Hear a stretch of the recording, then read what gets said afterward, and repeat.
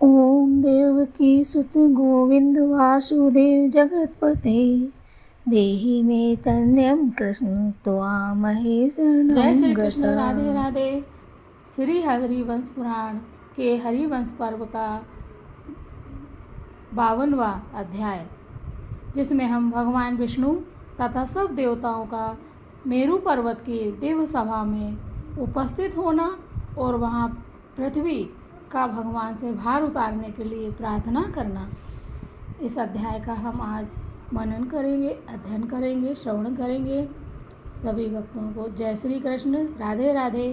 वैशंपायन जी कहते हैं, जन्मेजय तब बहुत अच्छा कहकर भगवान विष्णु उन सबके साथ वहाँ से चल दिए। उन्हीं की वाणी वर्षा काल के मेघ के भांति गंभीर थी। उनका श्री विग्रह मेघ के समान श्याम था तथा वे मेघ युक्त पर्वत के समान जान पड़ते थे। उनका जटा मंडल मंडित उदर भाग मुक्त मणियों की माला से उद्दीप्त होकर चंद्रमा की प्रभा से युक्त मेघ के समान कांति धारण करता था। उस उदर को धारण करने वाले भगवान श्री हरि, बोलो श्री हरि भगवान की जय हो। भगवान श्री हरि अपूर्व शोभा से संपन्न दिखाई देते थे। उनके विस्तृत वक्ष स्थल में उठी हुई रोमावलियों से युक्त शोभाशाली श्रीवत्स दोनों स्तनों के मुख तक फैलकर उद्भासित हो रहा था। दो पीत वस्त्र कितने दो पीत वस्त्र धारण पीले वस्त्र दो पीत वस्त्र धारण किए संपूर्ण जगत के गुरु अविनाशी भगवान विष्णु संध्या कालिक मेघों से युक्त पर्वत के समान मनोहर दिखाई दे रहे थे। वो विष्णु भगवान की जय। ब्रह्मा जी के पीछे पीछे गरुड़ पर बैठकर यात्रा करते हुए उन भगवान नारायण का सभी देवता अनुसरण कर रहे थे। कितना सुंदर दृश्य है।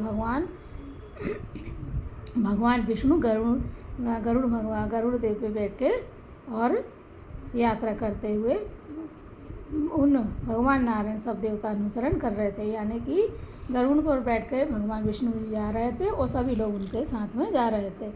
उन सब के नेत्र उन्हीं की ओर लगे हुए थे। थोड़े ही समय में सब देवता रत्नमय मेरु पर्वत पर आ पहुँचे। वहाँ उन्होंने ब्रह्मा जी की उस सभा को देखकर जो इच्छा पूर्वक रूप धारण करने वाले थे, मेरु पर्वत के शिखर पर स्थापित हुई वह दिव्य सभा सूर्य के समान तेज से संपन्न थी। उसमें सोने के खंभे लगे हुए थे तथा उसके फाटक में रत्न जड़े हुए थे।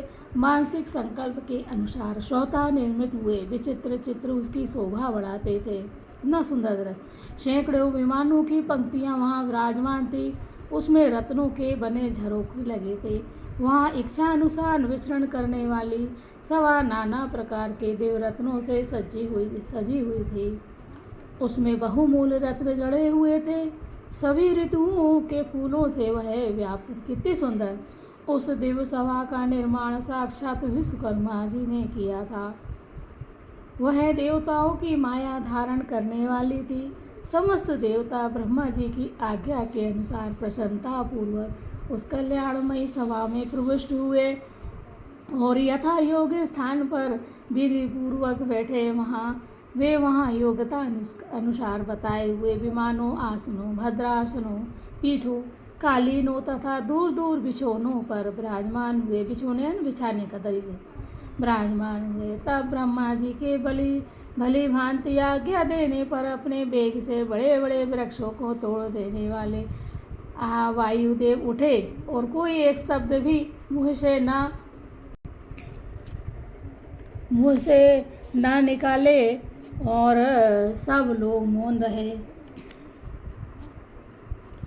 ऐसा कहते हुए सारी सभा में सब और घूम आए। जब देवताओं का वह समुदाय भली भांति नीरव तथा निस्तब्ध हो गया, तब वहाँ करुणाजनक वचन बोलने वाली पृथ्वी ने दुखपूर्वक यह बात कही। पृथ्वी बोली, देव मैं रसातल में धसी जा रही हूँ, अतः आप मुझे धारण करें, क्योंकि आपके आधार पर ही यह संपूर्ण जगत टिका हुआ है। आप ही समस्त भूतों को धारण और सभी भुवनों का भरण पोषण करते हैं। आप ही अपने तेज और बल से जो कुछ भी धारण करते हैं, उसी को आपके प्रसाद से मैं भी यत्नपूर्वक धारण करती हूँ।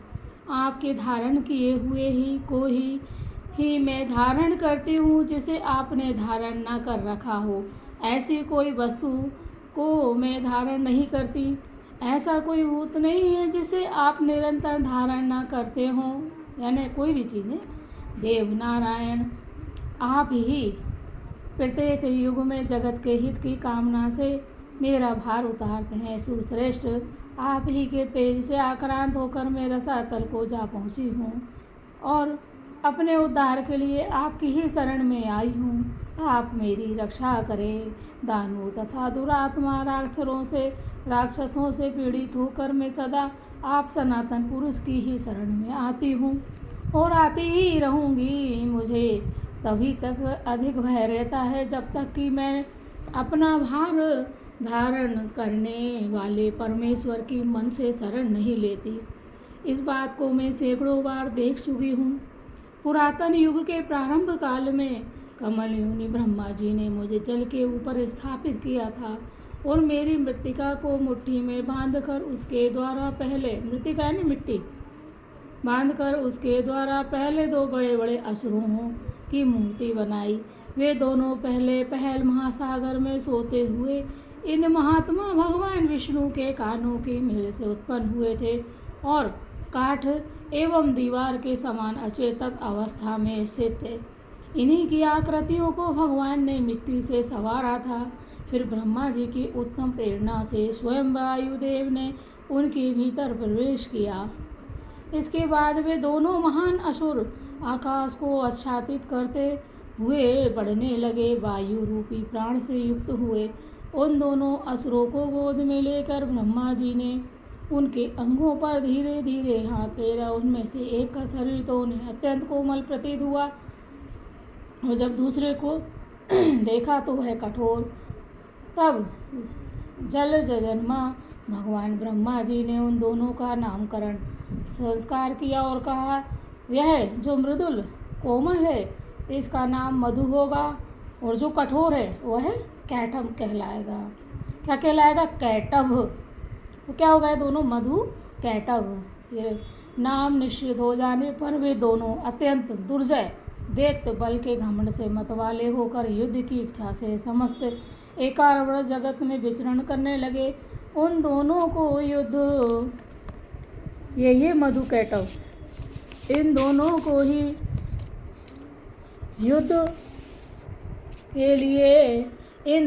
ही युद्ध के लिए आया देख लोक पितामह ब्रह्मा वहीं एकावर्ण की जलराशि में अदृश्य हो गए। उस चतुर्मुख ब्रह्मा ने भगवान पद्मनाभ की नाभि के मध्य भाग से प्रकट हुए कमल पर ही गुप्त रूप से निवास करना पसंद किया। वे दोनों भगवान नारायण और ब्रह्मा जल के भीतर स्थित हो बहुत वर्षों तक सोते रहे, कभी हिले तक नहीं। तदनंतर दीर्घ काल व्यतीत होने के पश्चात ये दोनों भाई मधु और कैटभ उस स्थान पर आए जहाँ ब्रह्मा जी विराजमान थे। उन दुर्जय विशालकाय भयंकर असुरों को देखकर ब्रह्मा जी ने कमल की नाल से भगवान विष्णु को ठोका, उन्हें जग जाने के लिए संकेत दिया।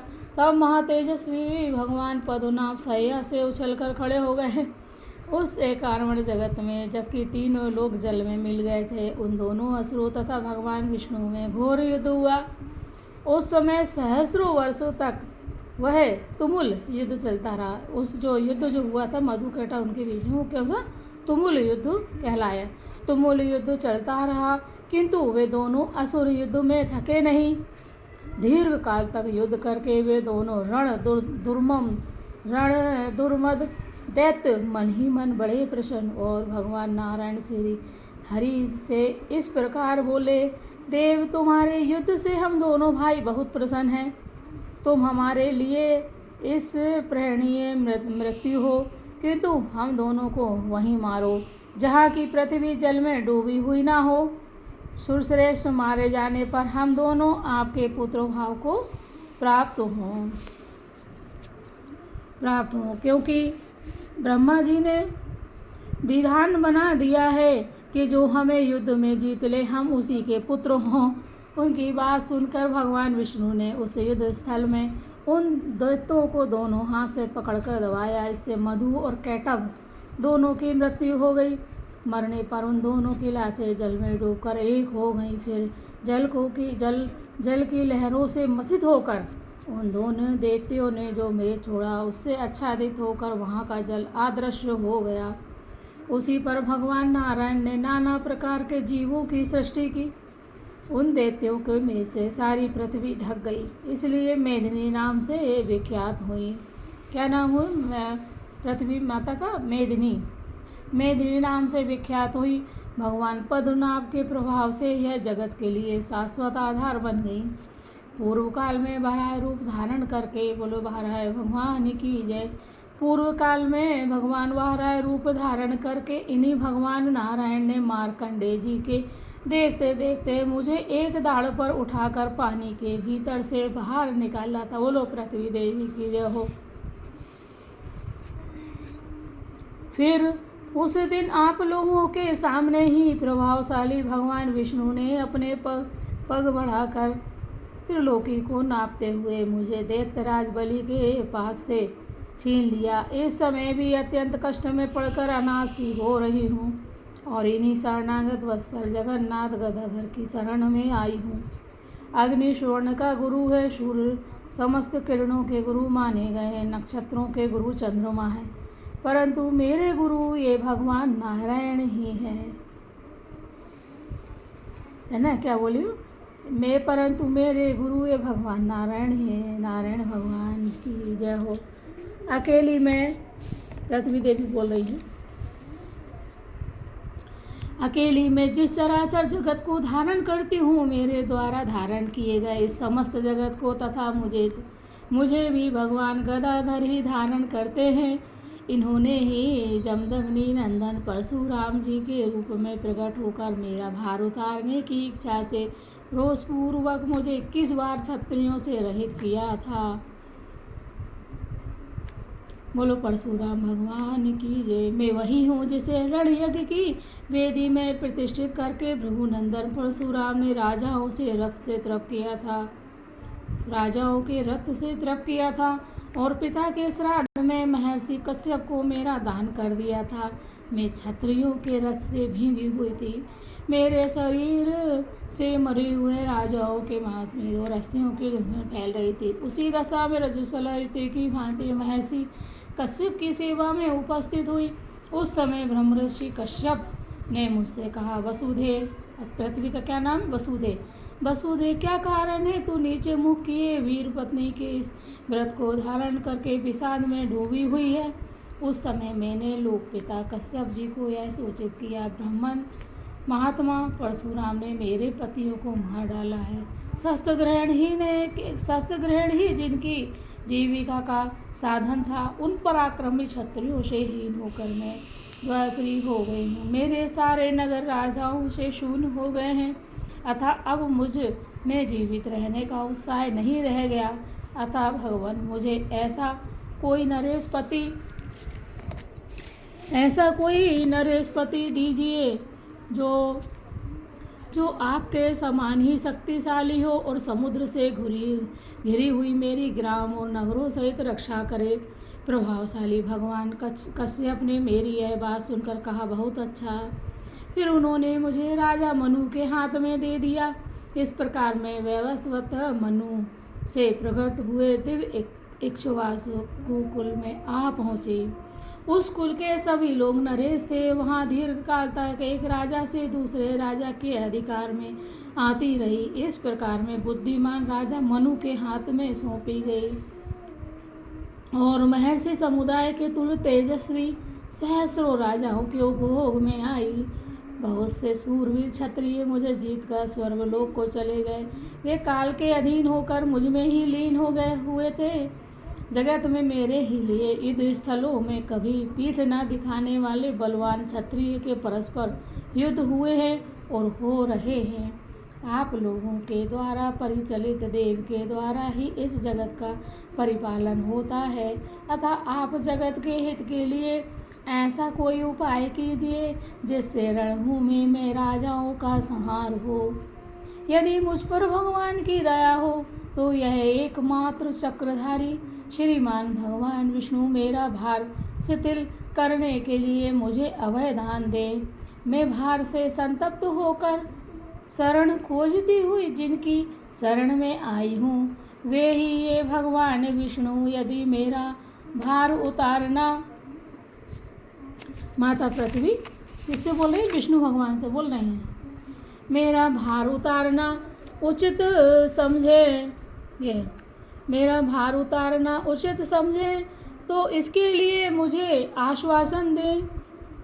ऐसा किसने कहा? माता पृथ्वी ने विष्णु भगवान से कहा, अगर ऐसा उचित समझे तो इसके लिए मुझे आश्वासन दें। इस प्रकार से श्री महाभारत खिलवाड़ हरिवंश के अंतर्गत हरिवंश पर्व में पृथ्वी का वाक्य विषयक 52वां अध्याय पूरा हुआ। कृष्ण भगवान की जय हो। राधे राधे राधे राधे राधे राधे राधे राधे राधे राधे राधे राधे राधे राधे राधे राधे। जय श्री कृष्ण। हम संतान गोपाल मंत्र करेंगे, आप भी दोहराइए। ओम देवकी सुत गोविंद वासुदेव जगतपते देहि में तन्यम कृष्ण त्वामहि शरणं गता। हे प्रभु, सभी की मनोरथ पूर्ण कीजिए, सभी की इच्छाएं पूर्ण कीजिए। धन्यवाद।